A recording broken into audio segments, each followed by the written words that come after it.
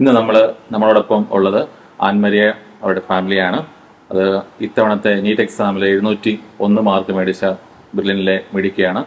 All India തലത്തിൽ 933 റാങ്കുമായിട്ട് ഉണ്ടായിരുന്നു. അപ്പം ആൻമരിയുടെ വിശേഷങ്ങൾ നമുക്ക് ചോദിച്ചറിയാം. നമസ്കാരം, എൻ്റെ പേര് ആൻമറി ജോസഫ്. എൻ്റെ അപ്പൻ ഡോക്ടർ ടി കെ ജോസഫ്, അമ്മ ഷീബ ജോസഫ് ആണ്. അപ്പൻ ലിസിയിലായിരുന്നു വർക്ക് ചെയ്തത്. പിന്നെ ഞാൻ പഠിച്ചതൊക്കെ ചെറുപ്പത്തിൽ രാജഗിരി പബ്ലിക് സ്കൂളിലായിരുന്നു. എൻ്റെ LKG തൊട്ട് 10th വരെ രാജഗിരിയിലായിരുന്നു. 11th 12th ഞാൻ ബ്രില്ലിൻ്റെ റെസിഡൻഷ്യൽ ബാച്ചിൽ ഞാൻ സെയിൻറ്റ് ആന്റണീസ് പബ്ലിക് സ്കൂൾ ആനക്കല്ലാണ് പഠിച്ചത്. ഞാൻ ആനക്കല്ല് പഠിച്ചുകൊണ്ടിരുന്ന സമയത്ത് ഒബ്വിയസ്ലി നമ്മൾ ഇങ്ങനെ ഒരു എൻട്രൻസ് ഇതിൽ പഠിക്കുമ്പോൾ നമുക്കതിൽ സ്ട്രെസ് ഉണ്ടാവും, നമുക്ക് ടെൻഷൻസ് ഉണ്ടാവും, മാർക്ക് കുറയുമ്പോൾ ഉള്ള ബുദ്ധിമുട്ട്, പഠിച്ച് തീരാത്തതിൻ്റെ ബുദ്ധിമുട്ട്. അപ്പോൾ അതിനൊക്കെ എനിക്ക് ശരിക്കും എൻ്റെ സപ്പോർട്ട് പേരൻസ് തന്നെയായിരുന്നു. കാരണം ഞാൻ ആനക്കല്ലിൽ പഠിച്ചപ്പോൾ അപ്പനവിടെ ജോലിയായിരുന്നു. അപ്പോൾ അമ്മ അവിടെ ഒറ്റയ്ക്ക് എൻ്റെ കൂടെ അവിടെ ഒരു വീടെടുത്തിട്ട് സ്കൂളിന്റെ തൊട്ടടുത്ത് തന്നെ വാക്കിംഗ് ഡിസ്റ്റൻസിലായിട്ട് ഞങ്ങളൊരു വീടെടുത്ത് അവിടെയായിരുന്നു ഞങ്ങൾ താമസിച്ചത്. അപ്പൻ എല്ലാ വീക്കെൻഡിലും വന്നു പോവായിരുന്നു. പിന്നെ പരീക്ഷയ്ക്ക് ഞങ്ങളുടെ ബോർഡ്സിന് ഏകദേശം ഒരു ബോർഡ് മാർച്ചായിരുന്നപ്പോൾ ഒരു ഫെബ്രുവരി ഒക്കെ ആയപ്പോൾ അപ്പൻ ലിസിന്ന് പിന്നെ വിട്ടിട്ട് ഞങ്ങളുടെ കൂടെ വന്നു നിന്നതാണ്. അപ്പൊ അതുവരെ അപ്പൻ ഇങ്ങനെ വന്നും പോവുകയൊക്കെ ചെയ്യായിരുന്നു. അപ്പൊ അപ്പനും അമ്മയും ശരിക്കും നല്ലപോലെ, അപ്പനാണേലും എല്ലാ ദിവസവും നടന്നുകൊണ്ട് നൊവേനയൊക്കെ ചൊല്ലി പ്രാർത്ഥിക്കും. അപ്പോ അങ്ങനെ അത്രയും സപ്പോർട്ടായിരുന്നു അപ്പനും അമ്മയും. ഓക്കെ മോളെ, ഈ 701 എന്ന് പറയുന്ന ഈ ഒരു സ്കോർ, എല്ലാവരും ആഗ്രഹിക്കുന്ന സ്വപ്നം കാണുന്ന ഈ ഒരു സ്കോർ മോള് പ്രതീക്ഷിച്ചിരുന്നു? ഈ ഒരു സ്കോർ എനിക്ക് ആഗ്രഹം ഉണ്ടായിരുന്നു സർ, ഒരു 700 അബവ് കിട്ടണം. 700 എന്നല്ല, എൻ്റെ ആഗ്രഹം ശരിക്കും ഒരു 710 അബവ്, അല്ലെങ്കിൽ ഡൽഹി എയിംസ് അങ്ങനത്തെ ജിപ്മർ അങ്ങനെ ടോപ്പ് കോളേജസിൽ കിട്ടണം എന്നൊരു ആഗ്രഹം ഉണ്ടായിരുന്നു. പിന്നെ ഇതിപ്പോ ഇങ്ങനൊരു ടേൺ വരുമെന്ന് ആരും എക്സ്പെക്ട് ചെയ്യുന്നില്ലല്ലോ. എന്നാലും ഞാൻ എക്സാം എഴുതുന്ന സമയത്ത് എനിക്ക് ചെറിയൊരു റഷ് ഉണ്ടായിരുന്നു, ടൈം ഷോർട്ടേജ് ഉണ്ടായിരുന്നു. അപ്പത്തേനെ ഞാൻ ഓർത്തു, ഓക്കെ നല്ലൊരു സ്കോർ കിട്ടിയാൽ മതി. അതുകൊണ്ട് 701 കിട്ടിയതിൽ തന്നെ ഞാൻ ഹാപ്പി ആയിരുന്നു. Always grateful to God. നമ്മുടെ എൻട്രൻസ് പരിശീലനത്തിൽ മോക്ക് ഇഷ്ടപ്പെട്ട സബ്ജക്ട് ഏതായിരുന്നു? എൻട്രൻസിൽ അങ്ങനെ ഒരു സെലക്റ്റീവ് ഫീലിംഗ് ഇല്ലായിരുന്നു എനിക്ക്. ബയോളജി പഠിക്കാൻ എളുപ്പമായിരുന്നു, പക്ഷേ ഫിസിക്സും കെമിസ്ട്രി ഒക്കെ ആണെങ്കിലും നമുക്കിപ്പോൾ എല്ലാം ഈക്വലി ഇമ്പോർട്ടൻ്റ് ആണ്. ഫിസിക്സിൽ പ്രോബ്ലംസ് ചെയ്യാനായിരുന്നു ഇഷ്ടം, ബയോളജിയിൽ NCERT ഫോക്കസ് ചെയ്യാനായിരുന്നു, കെമിസ്ട്രി എല്ലാം മിക്സ് അങ്ങനെയായിരുന്നു. സ്റ്റഡി പ്ലാൻ എങ്ങനെയായിരുന്നു? ടൈം ടേബിൾ എങ്ങനെയായിരുന്നു? ഞാൻ വീട്ടിലായിരുന്നപ്പോൾ ഞാൻ അങ്ങനെ ഒരു ഇന്ന സമയത്ത് ഇങ്ങനെ ചെയ്യാം അങ്ങനത്തെ ഒരു ടൈം ടേബിൾ അല്ലായിരുന്നു. എൻ്റെ ഭൂരിഭാഗം സ്റ്റഡീസ് ക്ലാസ്സിൻ്റെ സമയത്താണ്. അങ്ങനെ ക്ലാസ്സിലിരിക്കുമ്പോൾ ഞാൻ എൻ്റെ എന്താ പറയുക NCERT ടെക്സ്റ്റും വർക്ക് ബുക്കും ക്ലാസ് നോട്ടും എല്ലാം ഞാൻ 1-2 ബാഗ് കൊണ്ടുവന്നുകൊണ്ട് അതിൻ്റെ ഒക്കെ മേളിൽ ഇങ്ങനെ നിരത്തി വെക്കും. എന്നിട്ട് സർ ഒരു ടോപ്പിക്ക് പഠിപ്പിച്ച് കഴിയുമ്പോഴത്തേക്കും അതിന് കറസ്പോണ്ടിങ് ക്വസ്റ്റ്യൻ അവിടെ ഉണ്ടോ അത് അപ്പത്തേനെ അങ്ങ് മാർക്ക് ചെയ്തിടും. അപ്പോൾ ക്വസ്റ്റ്യനും തീരും, നമ്മൾ അതിനോടൊപ്പം പഠിക്കുകയും ചെയ്യും. പിന്നെ ക്ലാസ് സമയത്താണേലും വേറെ ഇപ്പോൾ റെസിഡൻസിൻ്റെ ഒക്കെ മെറ്റീരിയൽ ഒപ്പം കിട്ടുന്നുണ്ട്, അതിങ്ങനെ സൈഡ് ബൈ സൈഡ് ചെയ്തു പോകും. NCERT ഒപ്പം തന്നെ വായിക്കും. ക്ലാസ് ആയിരുന്നു എൻ്റെ മെയിൻ പഠിത്ത സമയം. MBBS ചൂസ് ചെയ്യാനുള്ള കാരണം എന്താ? പേരൻസ് MBBS ആ ഫീൽഡ് ആയതുകൊണ്ടാണോ അതോ നമുക്ക് ഇഷ്ടപ്പെട്ടിട്ടാണോ? ഞാൻ അപ്പൻ്റെ ഇൻഫ്ലുവൻസിലാണ് ശരിക്കും. കാരണം ചെറുപ്പം തൊട്ടിൽ ഇങ്ങനെ വീട്ടിൽ വരുമ്പോൾ അപ്പനൊരു വിശേഷം പറയുമ്പോൾ അത് കേട്ടിട്ട് എനിക്കും ഇത് തന്നെയാണ് ഇഷ്ടം. പിന്നെ എനിക്ക് ബയോളജി ഇഷ്ടമായിരുന്നു. അപ്പൊ ആ ഒരു ലൈനിലോട്ട് എനിക്ക് ഈ മോഡൽ എക്സാം എഴുതിയ സമയത്തൊക്കെ മോക്ക് ഈ ഒരു സ്കോറിലേക്ക് വരാൻ പറ്റിയിട്ടുണ്ടായിരുന്നു? 700 മുകളിലോട്ട് വരാൻ പറ്റിയിട്ടുണ്ടായിരുന്നു. അതുപോലെ ബ്രില്യനിലെ ഒരു എക്സ്പീരിയൻസ് എന്താണ് മോള് ഈ ഒരു നീറ്റിലേക്ക് ഇപ്പോൾ സ്കോർ എത്തിയപ്പോൾ ഇതുവരെയുള്ള ബ്രില്യനിലെ ഒരു എക്സ്പീരിയൻസ് എങ്ങനെയായിരുന്നു? ബ്രില്യൻ്റ് ഇല്ലെങ്കിൽ ശരിക്കും NEET is not at all easy, അത് ഉറപ്പാണ്. കാരണം ഞാൻ ഇതുവരെ ഈ നീറ്റിന് മുമ്പ് ഒരു കോമ്പറ്റേറ്റീവ് എക്സാം ഞാൻ എഴുതിയിട്ടില്ല, ഞാൻ ഒരു കോച്ചിങ്ങിന് ഞാൻ പോയിട്ടുമില്ല. അതുകൊണ്ട് ഓൾ ദിസ് വാസ് ന്യൂ. എനിക്ക് സ്ക്രീനിങ് ടെസ്റ്റിന്റെ സമയത്തായിരുന്നു എൻ്റെ ഏറ്റവും വലിയത്. കാരണം ഐ ഡിഡ്ന്റ് നോ എന്താ പഠിക്കേണ്ടതെന്ന് എനിക്കറിയത്തില്ല. കുറേ ബുക്സ് എവിടെ നിന്നൊക്കെയോ കിട്ടിയത്, ഞാൻ ഹാർഡ് വർക്ക് ചെയ്തു. ആ പ്രാർത്ഥനയും ഹാർഡ് വർക്ക്, അതായിരുന്നു എൻ്റെ കീ എലമെന്റ്സ്. എനിക്കൊരു വിവരം അങ്ങനെയൊന്നും ഇല്ലായിരുന്നു. ഞാൻ അറിയാവുന്നത് പഠിച്ചു, സ്ക്രീനിങ് ടെസ്റ്റ് എഴുതി. അൺഎക്സ്പെക്റ്റഡ് ആയിട്ട് അന്ന് എനിക്ക് റാങ്ക് 51 കിട്ടി. അന്ന് ഞാൻ ഒട്ടും പ്രതീക്ഷിച്ചില്ല. ഞാൻ വീണ്ടും നോക്കിയത് 151 ഒക്കെയാണെന്ന്. പിന്നെ അതായിരുന്നു എൻ്റെ സ്റ്റാർട്ട്. അങ്ങനെ ബ്രില്യനിൽ നല്ലൊരു സ്റ്റാർട്ടായിരുന്നു, എക്സാംസിന് നല്ല മാർക്സും അങ്ങനെ. പിന്നെ ഇടയ്ക്ക് ഡിപ്പ് വന്നിട്ടുണ്ട്. മുമ്പേ ചോദിച്ചപ്പോൾ പറഞ്ഞു പ്രത്യേകിച്ച് ടൈം ടേബിളോ അങ്ങനെയൊന്നും ഇല്ലായിരുന്നു എന്ന് പറഞ്ഞു. അപ്പം ഒരു ദിവസം ഒരു പർട്ടിക്കുലർ ഇത്ര മണിക്കൂർ പഠിക്കണം അങ്ങനെ നമ്മൾ വിചാരിച്ചിട്ടുണ്ടോ? എത്ര നേരം പഠിക്കണമെന്നല്ല, മാക്സിമം ഔട്ട്പുട്ട് എടുക്കണം. എത്രയും ചെയ്യാവോ അത്രയും ചെയ്യാം. ഇപ്പോൾ സേ ഫോർ എക്സാമ്പിൾ കിടക്കുന്നതിന് മുമ്പ് എനിക്ക് ഉറക്കം വരുവാണെങ്കിലും ബ്രില്ലിൻ്റെ യൂട്യൂബ് ചാനലിൻ്റെ ഞാൻ വീഡിയോസ് ഡൗൺലോഡ് ചെയ്യും. അപ്പോൾ അവർ പറയുന്നത് കേട്ട് കഴിയുമ്പോൾ ഉറക്കം കാര്യമായിട്ട് വരികയല്ല, എന്നാൽ സൈഡിൽ കൂടെ പഠിത്തവും നടക്കും. അങ്ങനെ എപ്പോഴൊക്കെ അവസരം കിട്ടുമോ, അല്ലെങ്കിൽ ഇപ്പോൾ ക്ലാസ്സിൽ മിസ്സ് വരാൻ ഒരു 5 minutes ഉണ്ടെങ്കിൽ ആ സമയത്ത് 2 questions, അങ്ങനെ എപ്പോഴൊക്കെ സമയം കിട്ടുമോ അപ്പോഴൊക്കെ യൂട്ടിലൈസ് ചെയ്ത് അങ്ങനെയായിരുന്നു എൻ്റെ എത്ര മണിക്കൂർ വെച്ച് ഏകദേശം ഉറങ്ങുന്നുണ്ടായിരുന്നു, ഞാൻ എടുക്കുന്നുണ്ടായിരുന്നു? ഉറക്കം ഞാൻ ഫസ്റ്റ് ഇയർ 11th ഞാൻ ഇടയ്ക്ക് പിടിച്ച് വെക്കും. 1 കിടന്ന രാവിലെ ഒരു 6 ഒരു അല്ലെങ്കിൽ ഒരു 5 or 6 hours സ്ലീപ്പൊക്കെ ആയിരുന്നു. പക്ഷേ ഞാൻ 12th എനിക്ക് ഉറക്കമില്ലാണ്ട് പറ്റത്തില്ല. ഒരു 7 hours ഞാൻ എടുക്കും. മോഡലിന്റെ സമയത്തോട്ട് ലാസ്റ്റ് ഒരു 3 months ആ സമയത്ത് എങ്ങനെയായിരുന്നു? കാരണം അതുവരെയുള്ള ടൈം ടേബിളോ അല്ല അതുവരെയുള്ള കാര്യങ്ങളോ അല്ലായിരുന്നല്ലോ ആ 3 മാസത്തോളം. എൻ്റെ ടേൺ വന്നത് എനിക്ക് തോന്നുന്നു എൻ്റെ ബോർഡ്സിന്റെ സമയത്തായിരുന്നു ഞാൻ ശരിക്കും ഒരു ടേൺ കിട്ടിയത്. കാരണം ഈ ബ്രില്ലിൻ്റെ ഒത്തിരി എക്സാംസ് ഉണ്ട്. അപ്പോൾ അവർ ബാച്ച് വൈസ് ആയിട്ട് ചെയ്യുന്നതുകൊണ്ട് ഓഡ് ബാച്ചിന് ഒരു എക്സാം, ഈവൻ ബാച്ചിന് ഒരു എക്സാം ആയിരുന്നു. എനിക്ക് അവധി കിട്ടുമ്പോൾ ഞാൻ ഈവൻ ബാച്ചും ചെയ്യും. ഞാൻ ഇപ്പോൾ രാവിലെ 2 exams per day, അത് എപ്പോഴും ഒന്നും സാധിച്ചിട്ടില്ല, അത്ര റെഗുലർ ആയിട്ടല്ല. പക്ഷെ എന്നാലും മാക്സിമം നോക്കും. ഈവൻ ബാച്ചിൻ്റെ എക്സാം ഓൺലൈനായിട്ട് അതും അറ്റൻഡ് ചെയ്യും. അപ്പോൾ എപ്പോൾ സ്റ്റഡി ഹോളിൽ കിട്ടിയാലും ഒരു എക്സാം എഴുതിത്തീരും, അതായിരുന്നു. പിന്നെ ലാസ്റ്റ് 1 month റിലാക്സ് സ്റ്റഡി ആയിരുന്നു. മെയിൻലി യൂട്യൂബ് ചാനലായിരുന്നു. കാരണം അതിൻ്റെ അകത്ത് പുതിയ ക്വസ്റ്റ്യൻസ് കുറേ ഉണ്ടായിരുന്നു. അപ്പോൾ അതൊരു റിലാക്സ്ഡ് ആയിട്ടും എന്നാൽ പുതിയ ക്വസ്റ്റ്യൻസ് കുറേ കാണുകയും ചെയ്യാം, അങ്ങനെയായിരുന്നു. കൂടുതൽ ക്വസ്റ്റ്യൻ ആണ് ആ സമയത്ത് കൂടുതൽ ഫോക്കസ് ചെയ്തത്. ക്വസ്റ്റ്യൻ ആയിരുന്നു ഫോക്കസ് ചെയ്തത്. പിന്നെ എങ്ങനത്തെ ക്വസ്റ്റ്യൻസ് വരുമെന്ന്, ഇപ്പോൾ ഫിസിക്സിൽ ഈ സെക്ഷനിൽ നിന്ന് ചിലപ്പോൾ ഫോർമുല വൈസ് ചോദിക്കാം, ഒരു ഡയറക്റ്റ് ഫോർമുല അപ്ലൈ ചെയ്യുന്ന രീതി ചോദിക്കാം, അല്ലെങ്കിൽ ലോജിക് അപ്ലൈ ചെയ്യേണ്ട സ്ഥലം. അപ്പോൾ അങ്ങനെയൊക്കെ ഏതൊക്കെ തരം ക്വസ്റ്റ്യൻസ് വരും, പല ഡിഫറെന്റ് ടൈപ്സ് ഓഫ് ക്വസ്റ്റ്യൻസ്. ഓരോ എക്സാമിനും മുഖത്ത് തെറ്റി പോകുന്ന ക്വസ്റ്റ്യൻസ് അല്ലെങ്കിൽ ചെയ്യാൻ പറ്റാതെ പോകുന്ന ക്വസ്റ്റ്യൻ, അത് എന്തായിരുന്നു നമ്മൾ നെക്സ്റ്റ് എക്സാമിന് മുന്നേ ആയിട്ട് ചെയ്തിരുന്നത്? എനിക്ക് കറക്ഷൻസ് എപ്പോഴും അങ്ങനെ റെഗുലർ ആയിട്ട് പറ്റിയിട്ടില്ല, ഓണസ്റ്റ്ലി പറയാൻ. എനിക്ക് എപ്പോഴും എല്ലാ കറക്ഷനും ഇത് ഇങ്ങനെ തന്നെയാണ് മനസ്സിലാക്കണം അങ്ങനെയൊന്നും. കാരണം എനിക്ക് ലോജിക് ഞാൻ ഫിസിക്സ് അത്ര ലോജിക്കുള്ള ആളല്ല. അപ്പോൾ ഞാൻ മാക്സിമം ശ്രമിക്കും. പിന്നെ കിട്ടാത്ത ക്വസ്റ്റ്യൻസ് അങ്ങനെ എനിക്ക് പലപ്പോഴും പറ്റാതെയൊക്കെ വന്നിട്ടുണ്ട്. മാക്സിമം നോക്കും കറക്ഷൻസ് തീർക്കാൻ. ഈ ഒരു ഇതില് +1 +2 സ്കൂൾ പഠനത്തിന്റെ ഒപ്പം തന്നെ ബ്രില്യന്റിൽ ജോയിൻ ചെയ്തു. ബ്രില്യന്റ് ചൂസ് ചെയ്യാനുള്ള ഒരു കാരണം എന്താ? ബ്രില്യൻ്റ് ചൂസ് ചെയ്യാൻ എൻ്റെ കുറേ സീനിയേഴ്സിനെ എനിക്കറിയാം. ബ്രില്യൻ്റ് എന്ന് വെച്ചാൽ വേൾഡ് വൈഡ്. ഇപ്പോൾ എൻ്റെ തന്നെ കസിൻസും അല്ലെങ്കിൽ അങ്ങനെയൊക്കെ ബ്രില്യൻ്റ് ചൂസ് ചെയ്ത് പോയിട്ടുള്ളവരുണ്ട്. എൻ്റെ അപ്പൻ്റെ ഫ്രണ്ട്സിൻ്റെ ആ ഒരു സീനിയേഴ്സ്, കുറച്ച് ചേട്ടന്മാരും ചേച്ചിമാരും, അവരൊക്കെ ഈ ബ്രില്യൻ്റ് ആണ്. പിന്നെ അവരുടെ എനിക്ക് ഈ മെറ്റീരിയൽസ് കിട്ടും. അപ്പൊ അതിൻ്റെ അകത്തെ ക്വസ്റ്റ്യൻസ് അങ്ങനെയൊക്കെ കണ്ടിട്ടാ. ശരിക്കും അന്ന് എനിക്ക് വേറെ ഒന്നിനെയും പറ്റി അറിയത്തില്ല, ബ്രില്യൻ്റ് മാത്രമേ കേട്ടിട്ടുള്ളൂ. അതുപോലെ ഇനി ഈ വർഷം നീറ്റ് എഴുതാൻ പോകുന്ന കുട്ടികൾക്കുള്ള ഒരു മോട്ടിവേഷൻ, മോഡെ കയ്യിൽ നിന്ന് കൊടുക്കാൻ പറ്റിയ മോട്ടിവേഷൻ ഇല്ല? എനിക്ക് പറയാനായിട്ട് എനിക്ക് എത്രയേ ഉള്ളൂ, നമ്മുടെ എബിലിറ്റി, നമ്മുടെ ഇന്റലിജൻസോ നമ്മുടെ എത്രത്തോളം നമുക്ക് ചെയ്യാൻ പറ്റുമെന്നല്ല. What is more important is നമ്മൾ എങ്ങനെയാണ് അത് ചെയ്യുന്നതെന്ന്. ഇപ്പോൾ എനിക്ക് വലിയ ലോജിക്കൊന്നും ഉള്ള ടൈപ്പ് അല്ലെങ്കിലും എനിക്ക് പഠിക്കാൻ എന്നെക്കൊണ്ട് എങ്ങനെയൊക്കെ പഠിക്കുക, പിന്നെ നന്നായിട്ട് പ്രാർത്ഥിക്കുക. കാരണം നമ്മൾ നന്നായിട്ട്, ഞാൻ എപ്പോഴും എക്സാമിനൊക്കെ 1 മണിക്കൂർ മുമ്പൊന്നും ഞാൻ ഒന്നും പഠിക്കല്ല, ഞാൻ അവിടെ ഇരുന്ന് ഇങ്ങനെ പ്രാർത്ഥിക്കത്തേ ഉള്ളൂ. കാരണം അതായിരുന്നു എൻ്റെ സ്ട്രെങ്ത്. അപ്പം ഞാൻ പ്രാർത്ഥിക്കും. പിന്നെ എനിക്ക് എന്നെക്കൊണ്ട് പറ്റാവുന്ന രീതിയിൽ ഞാൻ മാക്സിമം ചെയ്യും. ബാക്കി റിസൾട്ട് ദൈവം തരുന്നതല്ല. അത്ര ഓക്കെ.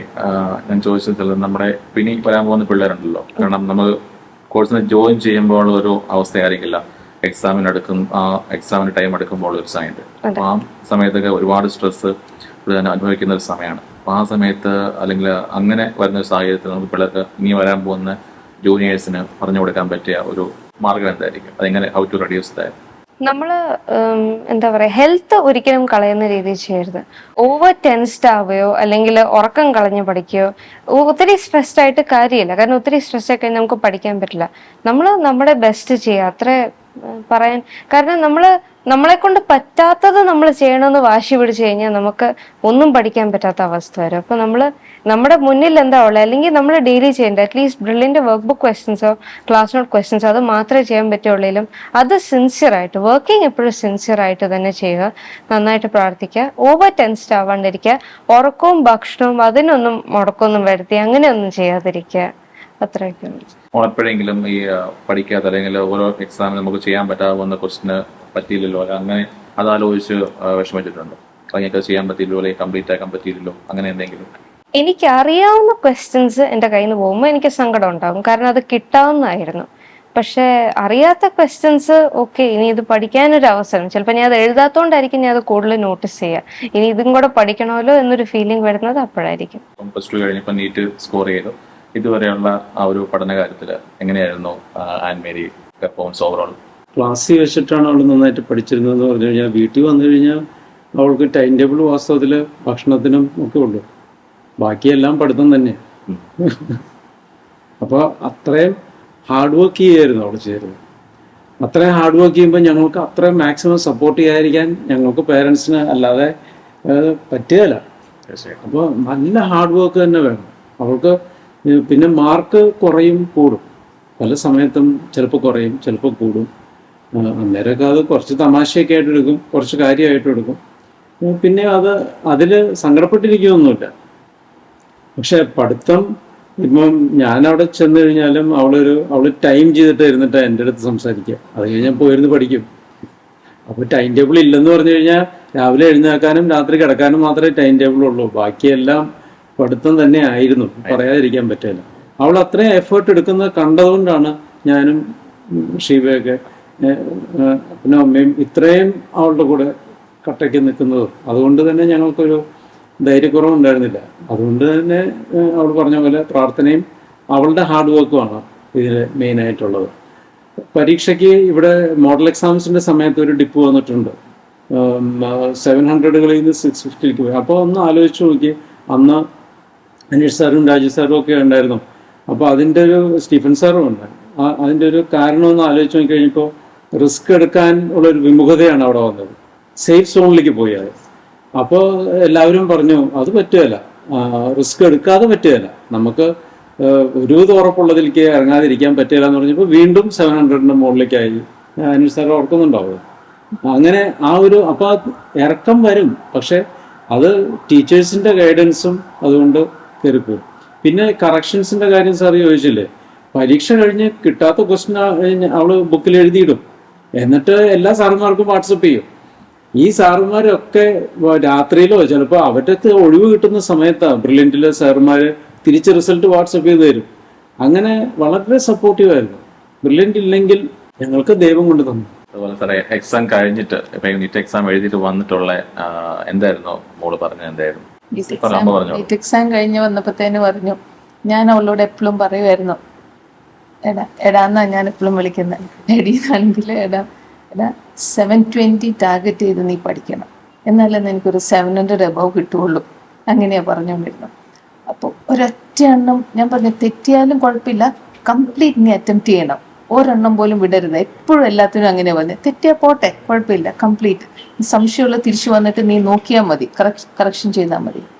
അപ്പോൾ അവൾ ആദ്യം വന്നിച്ചു പറഞ്ഞു, ഒരെണ്ണം ഞാൻ വിട്ടു എന്ന് പറഞ്ഞു. അപ്പനോടും പറഞ്ഞു, ഒരെണ്ണം ഞാൻ വിട്ടു. ഇവളുടെ രീതിയിൽ ഇവള് വിടുന്നതല്ല, എന്നെ പറ്റിയടാ എന്ന് ചോദിച്ചു. അപ്പോൾ അത് ഒരെണ്ണം വിട്ടു. ചിന്തിച്ച് ഞാൻ പേപ്പർ കൊടുത്തു കഴിഞ്ഞപ്പോഴത്തേനാണ് എനിക്കത് അത് കഴിഞ്ഞ് ഞാൻ ചിന്തിച്ചപ്പോഴാണ് എനിക്ക് കറക്റ്റ് ഉത്തരം കിട്ടിയത്. സാരില്ലടാ 716 ഇല്ലേ, കുഴപ്പമില്ല എന്ന് പറഞ്ഞു. അപ്പോൾ അത് കഴിഞ്ഞ് വെച്ചാൽ അപ്പോൾ 716 എന്ന് പറഞ്ഞാണ് ഇരിക്കുന്നത്. അപ്പോൾ അങ്ങനെ വണ്ടിയെ പോയിക്കൊണ്ടിരിക്കുമ്പോൾ സ്റ്റീഫൻ സാർ വിളിക്കും. സ്റ്റീഫൻ സാർ വിളിച്ചപ്പോൾ അവൾക്കൊരു ബയോളജി ക്വസ്റ്റ്യൻ ഡൗട്ട് ഉണ്ടായിരുന്നു. അപ്പോൾ അത് ഇവളുടെ കറക്റ്റായിട്ടാ സ്റ്റീഫൻ സാർ പറഞ്ഞ് ആശ്വാസം.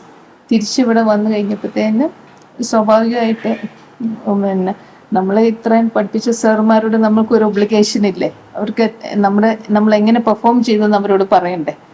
അപ്പോൾ ഇവിടെ ഇരുന്ന് മാർക്ക് നോക്കുമായിരുന്നു. രാത്രി വന്ന് മടുത്താണെങ്കിലും രാത്രി വന്ന് അവർ മാർക്ക് നോക്കുമായിരുന്നു. നോക്കി കഴിഞ്ഞപ്പോഴത്തേന് ഇങ്ങനെ നോക്കി വന്ന് ടയർഡായിട്ടിരിക്കുക. ഫിസിക്സ് ഇങ്ങനെ നോക്കി, അപ്പോൾ ഒരെണ്ണം ഫിസിക്സിൻ്റെ വിട്ടു. പിന്നെ ഇങ്ങനെ നോക്കി കെമിസ്ട്രി വന്നു കഴിഞ്ഞപ്പോഴത്തേന് ഇങ്ങനെ ഏതാണ്ട് 82, അവളുടെ ഇതിൽ 82 ഏതാണ്ട് വന്നപ്പോൾ അമ്മയെ ഒരെണ്ണം തെറ്റിപ്പോയെന്ന് പറഞ്ഞു. സില്ലായിരുന്നു അമ്മ, ഇത് കാൽക്കുലേഷൻ ആയിരുന്നു. അന്നേരം ഞാനിത് പറയാൻ കാരണം, അന്നേരം അവസാനത്തെ നിമിഷം ഒരു അനൗൺസ്മെന്റ് വന്നു. അപ്പം അനൗൺസ്മെന്റ് വന്നപ്പം അവൾ അത് ശ്രദ്ധിക്കാനും നമുക്ക് വേണ്ടിയ ഇൻഫർമേഷൻസ് അല്ലേ, അപ്പോൾ അവിടെ ഒരു കാൽക്കുലേഷൻ എറർ വന്നു. അപ്പം അത് ഒരെണ്ണം തെറ്റിപ്പോയി. ഇനി പിള്ളേർ ഇത് വേറെ ഇനി വരുത്തരുതെന്ന് വിചാരിച്ചിട്ടാണ് ഞാൻ ഇത് പറയുന്നത്. അവസാനത്തെ നിമിഷത്തിന് അത് കഴിഞ്ഞപ്പോഴത്തേനും കുറച്ചും കൂടെ. അപ്പം ഞാൻ പറഞ്ഞു എന്നാലും സാരില്ല, 7-11 അല്ലേ, നിനക്ക് ആര്യയുടെ മാർക്കുണ്ടല്ലോ. ഞാൻ പറഞ്ഞു ആര്യ 7-11 അല്ലേ, കുഴപ്പമില്ല എന്ന് പറഞ്ഞു.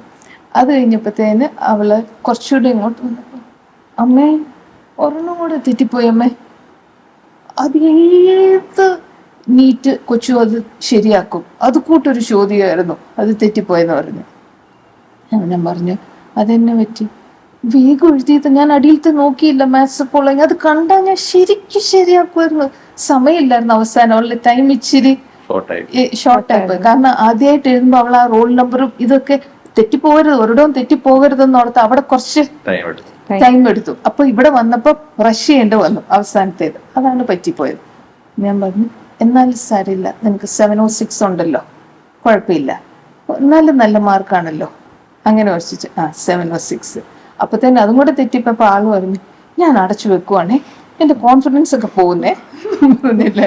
ഞാൻ പറഞ്ഞു സാരില്ലടോ നോക്കാം എന്ന് പറഞ്ഞു.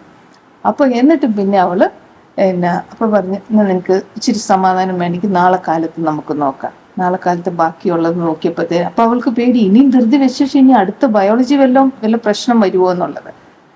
നാളെ കാലത്ത് ഇപ്പൊ ബയോളജിയൊക്കെ ശരിയാണ്. അപ്പൊ അങ്ങനെ ഇരിക്കുന്നു. പിന്നെ പറഞ്ഞത് ഒരു ക്വസ്റ്റ്യനിൽ നമുക്ക് ഇച്ചിരി ഇതുണ്ട്. അങ്ങനെ ആ ക്വസ്റ്റ്യനിൽ ഇങ്ങനെ വന്നപ്പോഴാണ് 701 അല്ലെങ്കിൽ 706.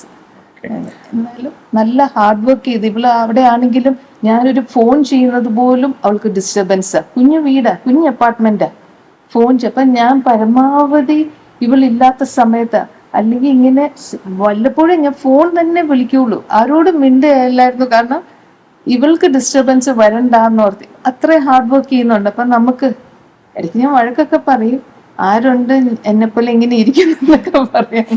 പക്ഷെ എന്നാലും അവൾ അത്രയും പഠിക്കുമ്പോൾ നമുക്കൊരു ശരിക്കും ഞാനും അതുപോലെ നിന്നോണ്ട് അവൾക്ക് കുറെ എളുപ്പമായി അവിടെ ഇരുന്ന് പഠിക്കാനായിട്ട്. ഒരു നിശബ്ദത ഒരു ഇതായിരുന്നു അവൾക്ക്, അങ്ങനെ വേണമായിരുന്നു, സൈലൻസ് വേണമായിരുന്നേ, നല്ല അങ്ങനെയൊക്കെ. തീർച്ചയായിട്ടും പേരൻസിന്റെ സപ്പോർട്ട് ഇല്ലാതെ ഒരിക്കലും നമുക്ക് ഇങ്ങനെ ഒരു നല്ല സ്കോർ അച്ചീവ് ചെയ്യാൻ ഒരിക്കലും പറ്റത്തില്ല. ഓക്കെ, അതുപോലെ തന്നെ ലാസ്റ്റ് ആയിട്ട് ഒരു ക്വസ്റ്റ്യൻ നമുക്ക് ചോദിക്കാം.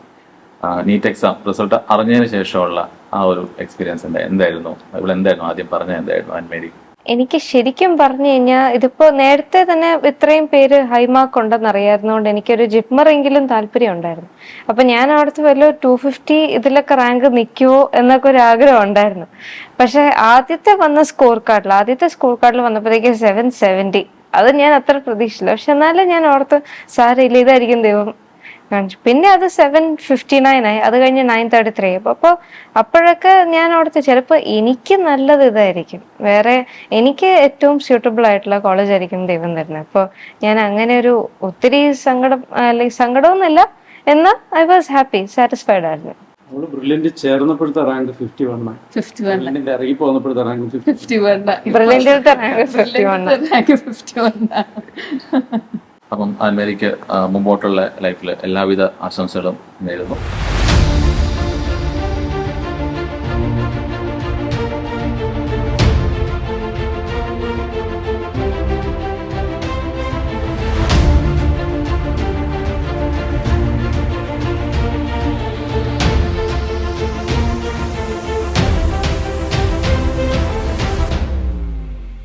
എൻട്രൻസ് സംബന്ധമായ വാർത്തകളും അപ്ഡേഷനുകളും ഏറ്റവും വേഗം ആധികാരികമായി അറിയാൻ ബ്രില്യൻറ്റ് സ്റ്റഡി സെന്റർ പാല യൂട്യൂബ് ചാനൽ സബ്സ്ക്രൈബ് ചെയ്യുക, ബെൽ ഐക്കൺ അമർത്തുക. ഈ വീഡിയോ മറ്റ് സുഹൃത്തുക്കളിലേക്കും ഷെയർ ചെയ്ത് നൽകുക.